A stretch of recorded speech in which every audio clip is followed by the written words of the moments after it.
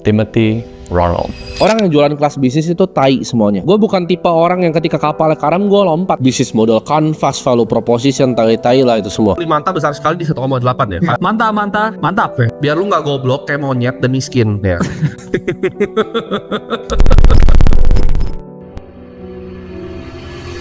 First of all, tenang, ini bukan video tentang roasting atau perdrama-dramaan. Bahkan sebelum gue bikin video ini, gue udah izin sama dia. Dan kalau boleh jujur, orang kayak Timothy yang di umur semuda itu bisa punya aset triliunan, bangun akademi kripto segede itu, bermimpi untuk jadi kepala dari 9 naga karena udah mapping anak-anaknya itu kayak gimana. 9 naga ya kan?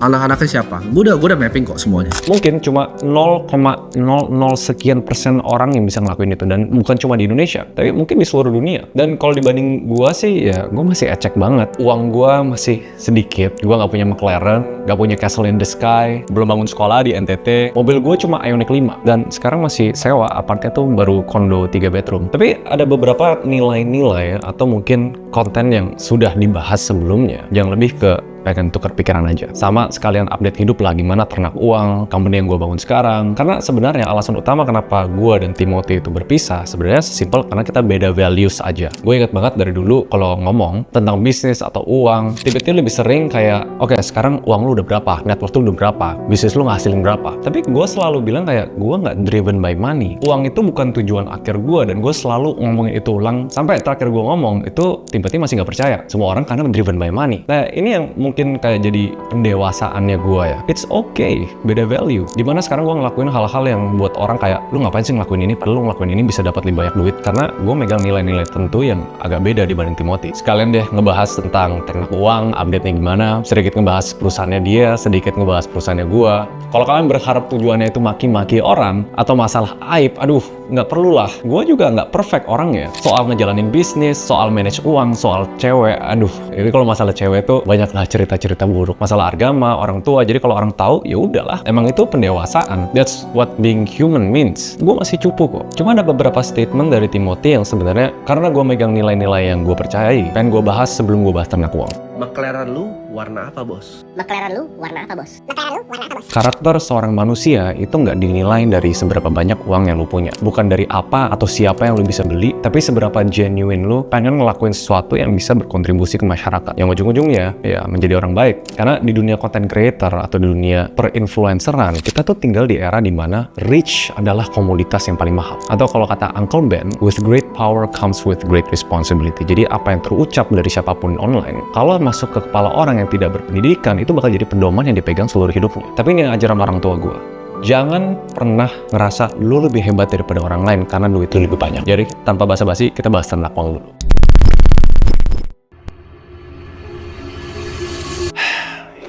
It was hell of a ride. Itu mungkin salah satu pengalaman di hidup gue yang gak mungkin bisa gue beli atau gue ulang atau gue rasain lagi di umur gue yang tahun ini hampir 30. Cerita pendeknya, yes, gue memberikan saham gue ke Timothy secara gratis, secara hibah, termasuk semua aset-asetnya, laptop, apapun yang tersisa lah. Termasuk tanggungan dan biayanya ya, itu gue kasih ke Timothy secara gratis. Tapi ada statement yang sebenarnya agak sedikit menggelitik gue ya.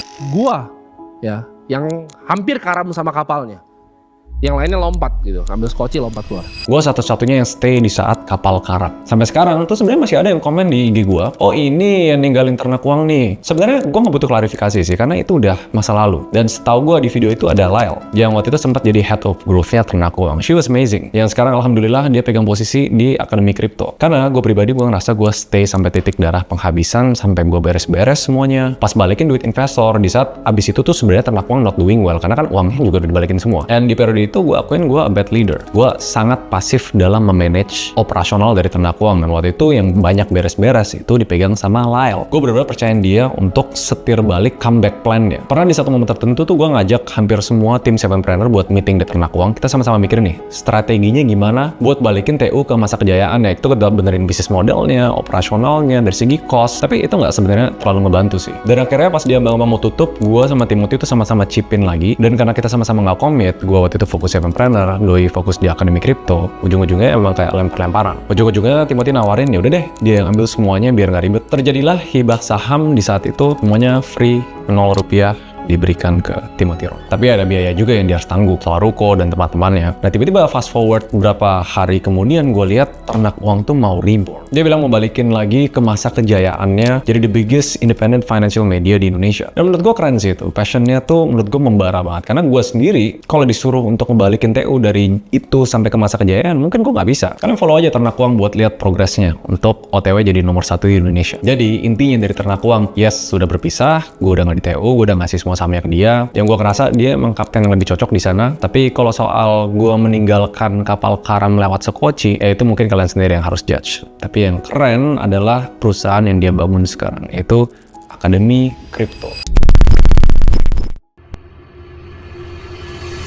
Menurut gue Akademi Kripto tuh genius banget. Dalam waktu pendek bisa jadi komunitas kripto nomor 1 di Indonesia yang jualan membership 17 juta rupiah. Gue sih nggak bisa ya. Oh, and the co-founder untuk Bro AVS atau Kalimas Sada, kita belum pernah ketemu tapi gue respect banget sama lo. Gue ngikutin sepak terjangnya dan trading track recordnya tuh menurut gue nothing short of accomplishment. Dan gue sendiri bilang ke Timothy waktu itu, gila Tim, this is the best partner for you. Tapi buat kalian yang teriak-teriak, gila gue rugi banyak banget di Manta. Porto gue keseret turun semuanya, ngapain gue bayar 17 juta kalau gue masih rugi? Ya, technically sebenarnya itu salah kalian. Karena yang pencet order itu jempol kalian.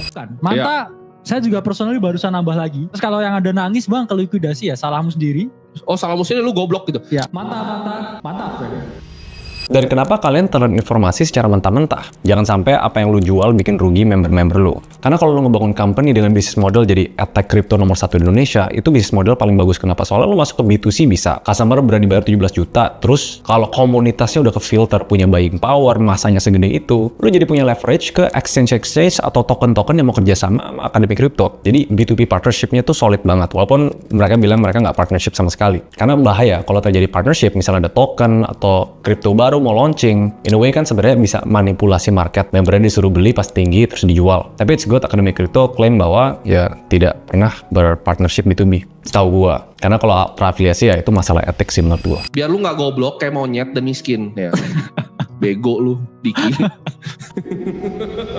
Yang sebenarnya menurut gua perlu diperbaiki. Karena kita tahu Indonesia tuh sebenarnya pendidikannya kan nggak merata dan banyak yang berpendidikan rendah. Edukasi kripto tuh bagus, tapi jangan sampai banyak netizen yang kemakan pengen cepet kaya karena akibat flexing atau namanya get rich quick scheme. Soalnya orang-orang yang kemakan pengen investasi di sebuah aset gara-gara lihat dia pakai mobil mewah, apartemen mewah, party ketemu cewek-cewek, orang-orang yang itu takutnya dia bakal kemakan emosional dan bikin financial decision yang salah. Dan sebenarnya fair sih kemarin yang aturan OJK 22 tahun 2023. Jadi harusnya tidak ada pemanfaatan influencer kripto yang bekerja atas nama pribadi untuk memasarkan aset kripto karena itu emang yang aman. Jadi sebenarnya emang kita nggak boleh terlalu bahas kripto seakan mempromosikan suatu token. Tapi untuk asetnya yang triliunan di kripto, penting banget buat kita comply regulasi. Kalau orang lain takutnya disangka money laundering, itu nanti bakal jadi urusannya PPATK. Tapi ya walaupun nggak ada ini semua, menurut gue Timothy dan AVS menurut gue cukup katam di dunia investasi sama kripto, ya bisa sih nyampe jadi naga ke 10. Menurut gue keren. Nah sekarang update ke company gue, Sevenpreneur.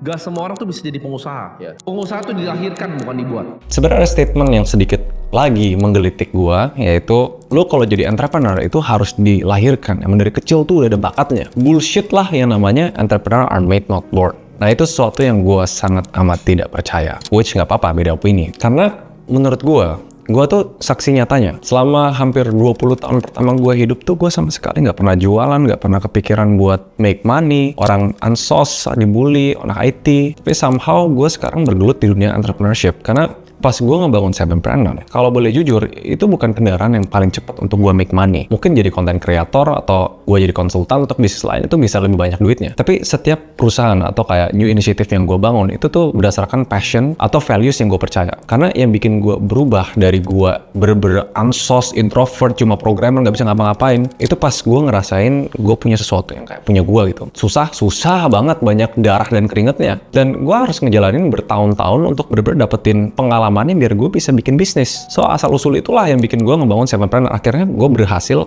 mengemas seluruh pengalaman gue selama 10 tahun terakhir dalam 7 framework yang kalau orang ikutin dari 1 sampai 7, lu tuh punya pengetahuan yang gue ngumpulin selama bertahun-tahun dan harusnya bisa nge-skip banyak orang untuk melakukan kesalahan di bisnis. Tapi apakah kalian akan melakukan kesalahan? Yes. Apakah kalian bakal gagal? Yes. Tapi ya that's the beauty of entrepreneurship, karena Indonesia butuh lebih banyak pengusaha. Makanya gue nggak bisa, dan lebih tepatnya nggak mau juga jual terlalu mahal. Cukup untuk orang bisa komit, dan let's see lah berapa banyak entrepreneur yang bisa lahir dari Sevenpreneur. Batch-batch sebelumnya tuh kita memang banyak yang nggak perfect lah, banyak yang nggak happy, banyak yang perlu diperbaikin, tapi every single batch kita coba untuk improve dengan tujuan untuk orang yang masuk sini, keluar-keluar bisa ngebangun bisnis yang hopefully ke depannya ya nilainya miliaran atau mungkin triliunan, bisa saingan jadi naga ke-10. It's a boring business model, but it's something that I'm passionate about. Jadi gue nggak setuju soal statement entrepreneur itu dilahirkan. Menurut gue itu namanya limiting belief. Itu tembok yang kita taruh di kepala sendiri bahwa kita nggak bisa jadi pengusaha. Realitanya menurut gue semua orang bisa, tapi nggak semua orang harus. Itu statement yang benar. Jadi kalau misalnya gue konklusiin semua yang kenapa gue sekalian update hidup gue di video ini, nanti mungkin bisa di video lain lah gue ngebahas tentang revolusi lokal, perusahaan-perusahaan lain yang gue invest, atau enggak videonya kepanjangan. Tapi core-nya itu, buat kalian yang nonton, buat teman-teman yang mengkonsumsi konten on a daily basis di semua social media, nilai, karakter, integritas, dan prinsipal ya, itu tuh jadi pedoman penting banget di hidup kalian, yang bakal kalian pegang sampai mati. Dan gue sebenarnya lumayan curahin hati dan jiwa gue pas gue nulis kisah hidup gue di video ini, di artikel ini. The whole reason kenapa gue menjadi gue yang sekarang punya, bisa dibilang kayak idealis lah soal nilai-nilai yang gue percaya itu bener. Di saat papa gue meninggal, hampir 10 tahun lalu, gue belum achieve apa-apa. Gak ada yang bisa gue banggain ke papa gue selain dari gue cuma jadi anak rebel yang gak ngerti apa-apa, gak mau berbakti sama orang tua, gak mau kerja, gak mau cari duit. And on his deathbed, pas gue disuruh bisikin sesuatu sebelum alatnya dicopot sambil nunggu bip gitu-gituan itu bener-bener flat. Gue ingat kata-kata terakhir bokap gue cerita ke gue, son, if you want to do something, kalau kamu mau ngelakuin sesuatu, pastikan itu sesuatu yang berdampak positif untuk orang lain. Siapakah kita kalau bukan nilai-nilai yang kita pegang? Hopefully semuanya nggak ada ngeliat kayak ini video tentang serangan atau apa, ya sesimpel update-update aja dan sharing tentang nilai-nilai yang gue pegang. Itu kenapa gue sayang banget sama negara ini. Itu kenapa gue idealis dan nggak pernah bisa ditepis soal, ya karena sistemnya begitu bro. Dan semoga kalian yang nonton nemuin nilai-nilai yang kalian bisa pegang. Jangan pernah merendahkan orang lain. Jangan pernah ngerasa kalian lebih hebat daripada orang lain, karena realitanya enggak kok. OB yang tiap harinya pun di masjid belum tentu kalian lebih hebat dari mereka, karena manusia dinilai dari prinsip, integritas, nilai, karakter, semua hal itu yang kalian pegang sama Tuhan. Berpeganglah kepada sesuatu yang lebih besar daripada kalian. This is Raymond Chin. See you guys in the next video.